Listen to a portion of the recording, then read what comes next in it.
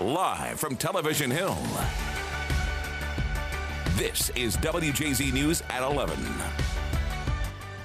We're 9 days away from the election, and votes already cast in the U.S. now exceed the total for all early voting in 2016. And starting tomorrow morning, you can make your voice heard here in Maryland. Good evening, I'm Rachel Carding. Right now, amidst a new COVID-19 surge in many parts of the country, President Trump is on the campaign trail making stops in New Hampshire and Maine. But we're learning Vice President Mike Pence's chief of staff and other aides have tested positive for the virus. A CBS News Battleground Tracker poll shows former Vice President Joe Biden has an edge over President Trump in Florida. Biden leads in North Carolina, and the two candidates are tied in Georgia. With more on the race, here's Tom Hansen for WJZ. Joe Biden addressed a virtual voter mobilization concert featuring music stars. The reason why I think people should be voting is out of their own self-interest right now, because look, everything is at stake, from the environment to our health. President Trump signed pumpkins for supporters at an orchard in Maine. It'll be on eBay tonight. After leading a campaign rally in New Hampshire earlier in the day. In 2016, you voted to fire the depraved political establishment, and you elected an outsider as your president who is finally putting America first.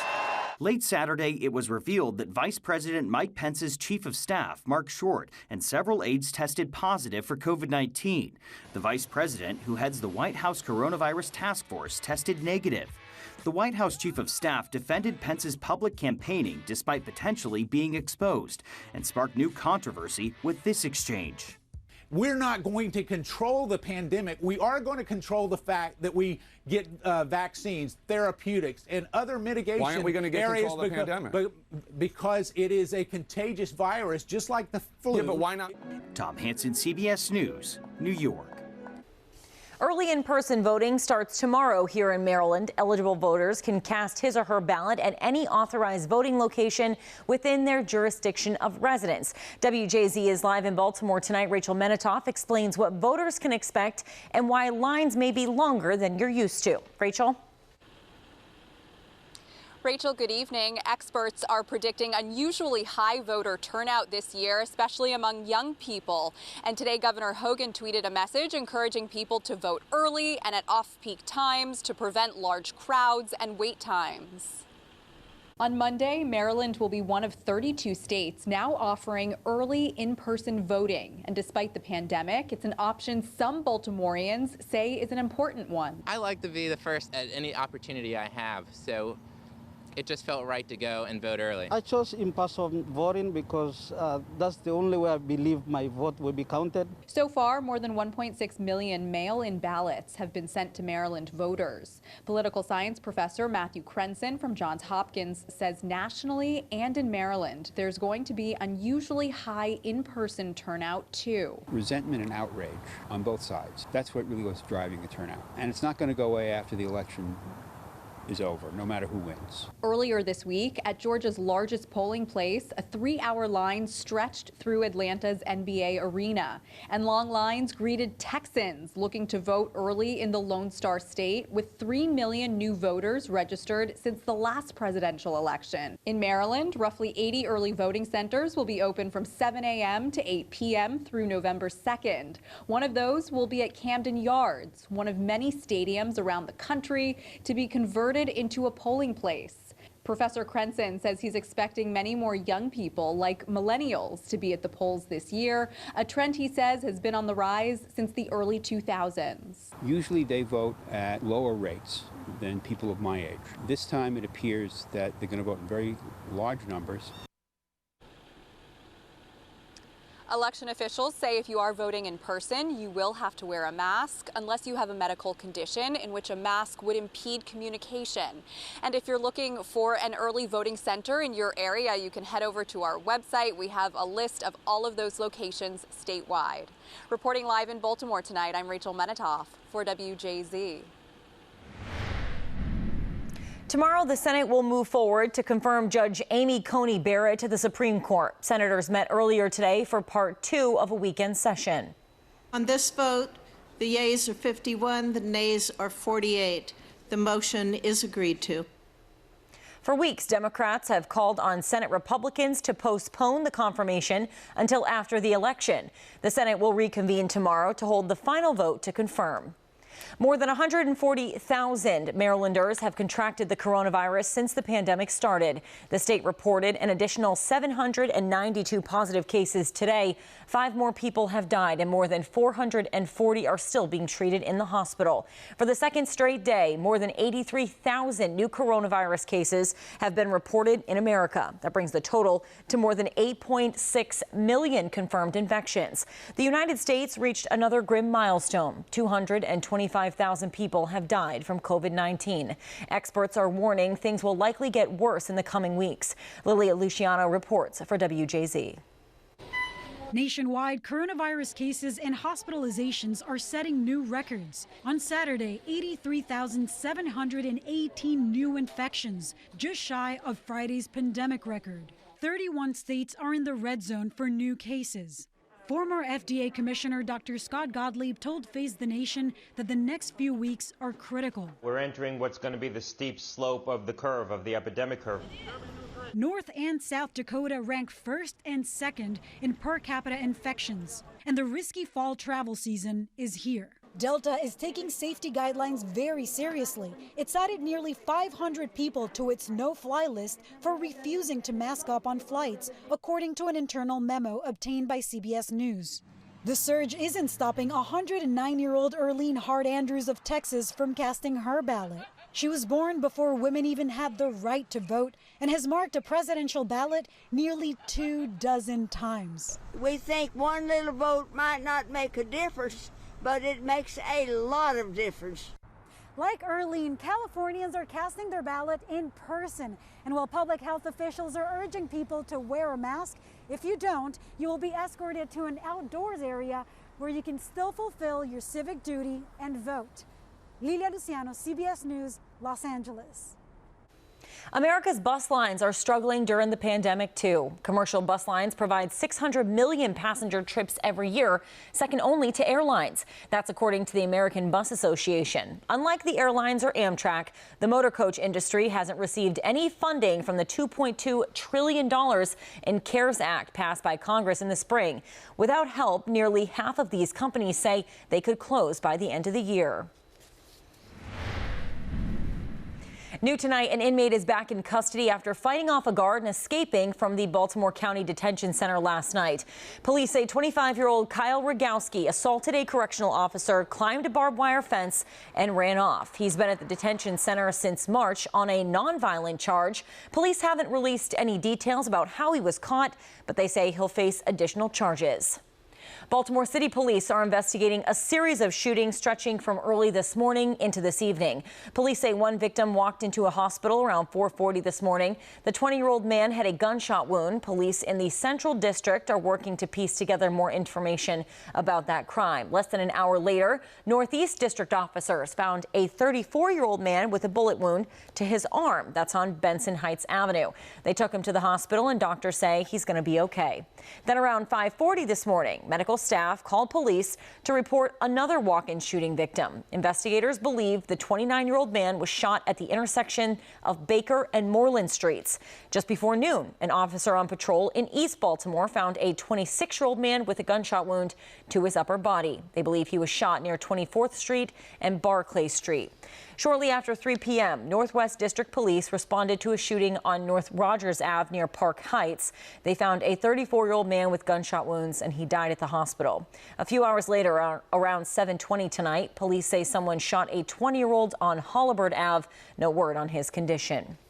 Westminster police are investigating the death of a 23-year-old after a stabbing. Investigators say it started as a fight between neighbors at the intersection of South Bishop Street and Carroll View Avenue.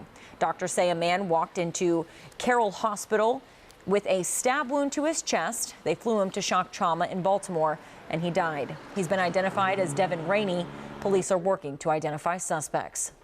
A group of boaters are safe tonight thanks to Good Samaritans in the Chesapeake Bay. Yesterday, near Bloody Point in Queen Anne's County, a fishing boat caught fire near the cabin. As those on board battled the flames, a nearby boat came to the rescue and got those passengers off the burning vessel. That's at the same time the Anne Arundel County Fire Department was called to extinguish the flames. The fire was put out and the boat towed to shore. Nobody was hurt.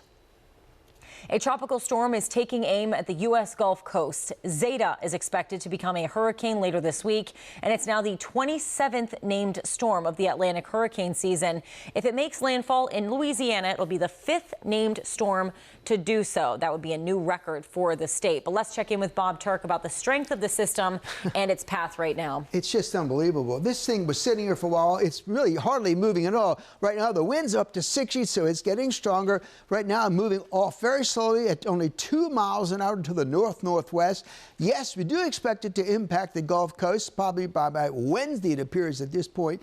Here's the track. Right now, we have it moving across maybe around Cancun at some point, maybe by sometime Monday evening, across the Yucatan into the Gulf.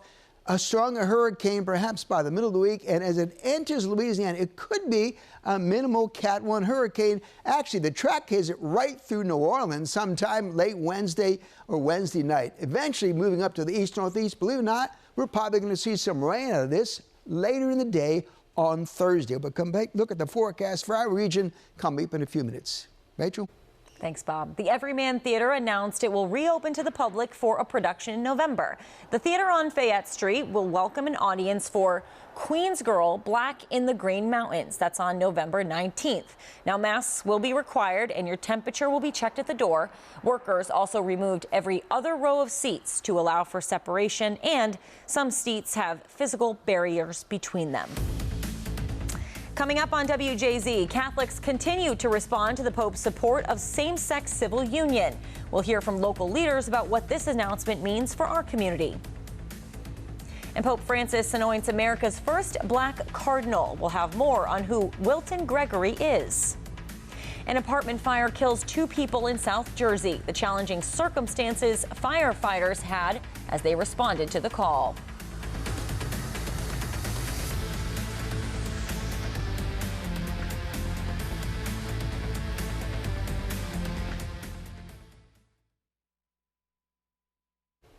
Two people are dead in New Jersey after a fire destroyed an apartment building overnight.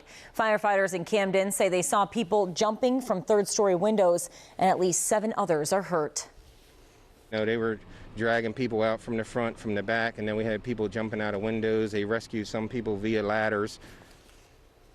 Another fire broke out just a few blocks away, making things more challenging for fire crews. About 20 to 30 people are now displaced because of the damage.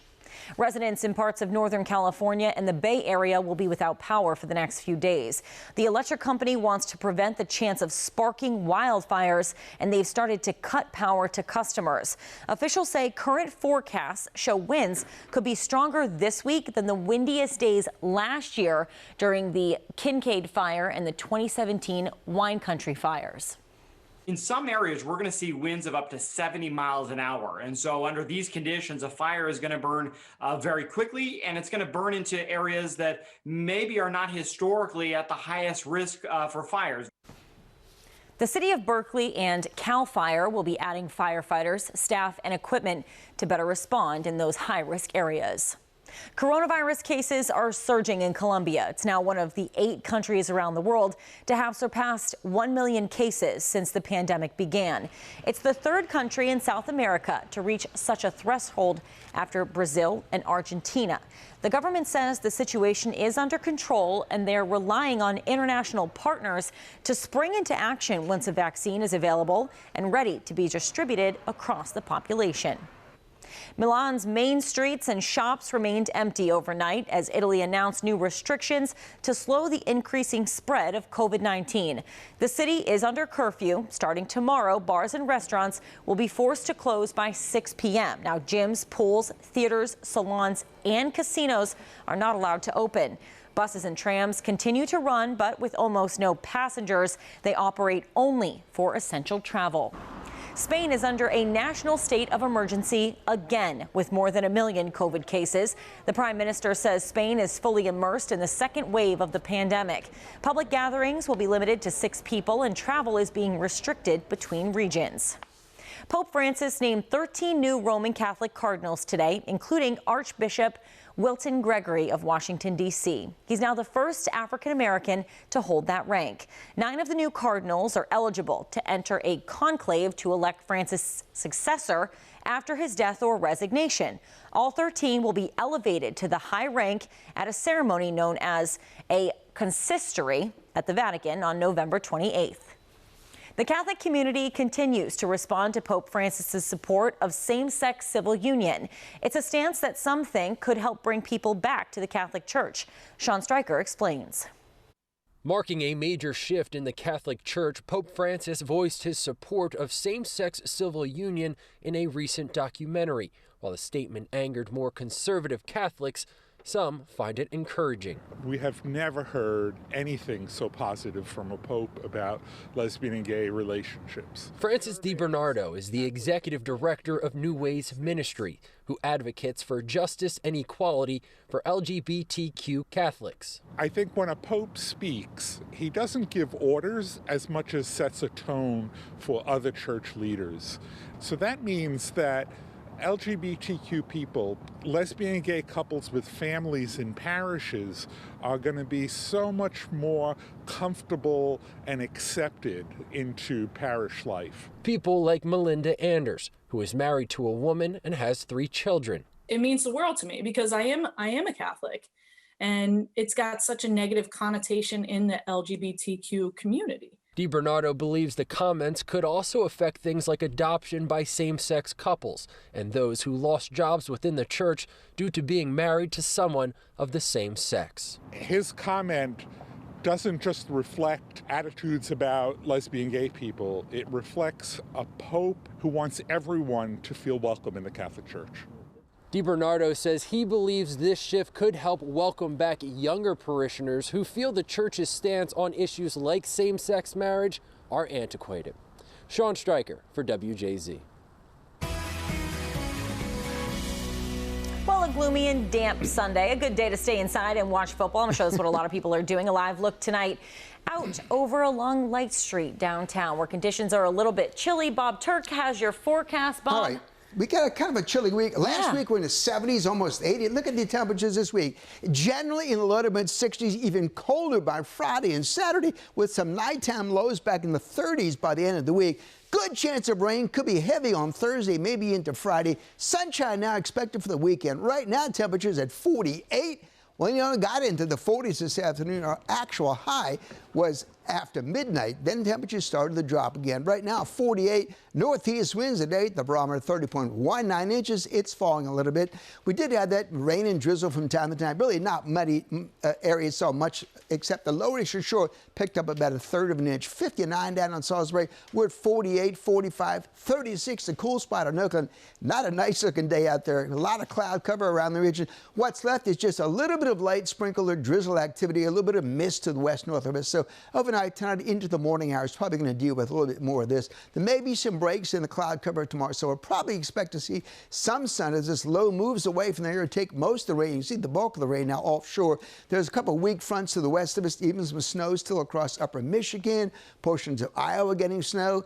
Denver saw snow today. Yeah, Fort Collins, Colorado had 12 inches of snow. Cheyenne about 10 inches.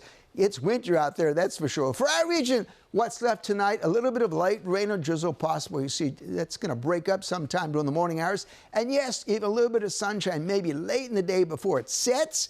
Have a little bit of breaks in the cloud cover. And then on Tuesday, we'll have another batch of clouds moving through the area. It doesn't look like a whole lot of sun coming in. We'll see some breaks in the cloud cover. Probably not going to see any more rain, however, until we get really to Thursday. That's when we expect to see perhaps some heavy rain. Could be 1 or maybe even 2 inches of rain here on Thursday. So overnight tonight, spotty drizzle, maybe some areas of mist. A low of 47 degrees overnight. So basically exactly where we are right now. The temperature's not going to move anywhere with those northeast winds at around 5 miles an hour. So tomorrow, maybe some drizzle early in the day. Clouds kind of remaining around, maybe just a few breaks here and there, but tomorrow's high back up to 66 degrees. A normal high tomorrow is right around 64 degrees. As I mentioned, that 7-day forecast temps pretty much all week long in the low to mid 60s. The chilly air comes up at the end of the week. Could see some frost in some areas by Friday and Saturday night, probably north or west of the city. But all in all, this week will be closer to normal than last week, which we had temperatures mid to upper 70s. You might remember it last week. 70s, So 60s. this week will be a little happens. closer to where it should be this time of year. Great. Thanks, Have a great Bob. week, everybody. Okay. And check in tomorrow morning on WJZ starting at 4:30 for updated news, weather, and traffic. While Halloween isn't being canceled, it's just being celebrated a little differently. Coming up, we'll show you how towns across the country are preparing for trick-or-treaters.